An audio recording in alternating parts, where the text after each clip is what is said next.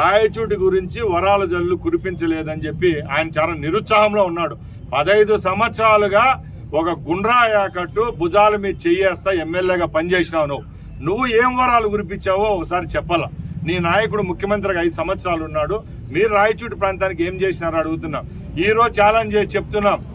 మరొక్కసారి ప్రభుత్వం ఏర్పాటు 8 నెలలు అయింది. ఎప్పుడూ లేని విధంగా రాయచోటి నియోజకవర్గంలో 45 కోట్ల రూపాయలతో సీసీ రోడ్ల నిర్మాణం చేపట్టాం. అలాగే రాష్ట్రం అంతా వరదలు వచ్చి కొట్టుకొని పోతా అంటే ఈ ప్రాంతంలో నీళ్లు లేకుంటే 15 కోట్ల రూపాయలు ఇచ్చి బోర్లు వేసి నీళ్లు ఇవ్వడం జరిగింది. అలాగే గుంతలబడిన రోడ్లతో నిన్న మా నాయకుడు కూడా చెప్పారు, ఆ రోడ్ల పైన పయనించాలంటే డెలివరీ కానీ గర్భవతులు ఎవరైనా ఉన్నారు వాళ్ళు పోతే కూడా డెలివరీ అయ్యే పరిస్థితులు అంతంత గుంతలు ఉంటే అట్లాంటి దగ్గర కూడా రాయచోటి నియోజకవర్గానికి అతి ఎక్కువగా 6.3 కోట్ల రూపాయలు ఇక్కడ తీసుకొని రావడం జరిగింది. అలాగే social welfare, BC welfare, tribal welfare, hostels రిపేర్లకు 3.5 కోట్ల రూపాయలు వెచ్చించడం జరిగింది. ఎండోన్మెంట్ డిపార్ట్మెంట్లలో ఫండ్స్ వచ్చినాయి, ఇరిగేషన్లో ఫండ్స్ వస్తాయి.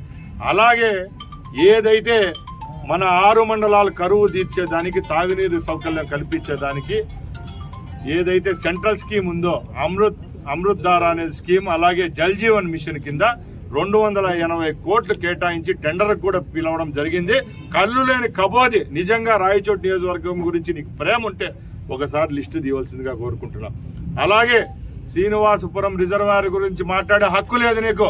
ఎందుకంటే శ్రీనివాసపురం రిజర్వాయర్ కింద ఉన్న R&R ప్యాకేజ్ కింద ఉన్న కుటుంబీకులు ఎవరైతే ఉన్నారో వాళ్లకు నీ హయాంలో కానీ నీ ప్రభుత్వ హయాంలో కానీ R&Rకు వచ్చే డబ్బులు 6 కోట్ల రూపాయలు ఇప్పించలేని గతి నీకు లేదా అని నేను అడుగుతున్నా. ఎందుకంటే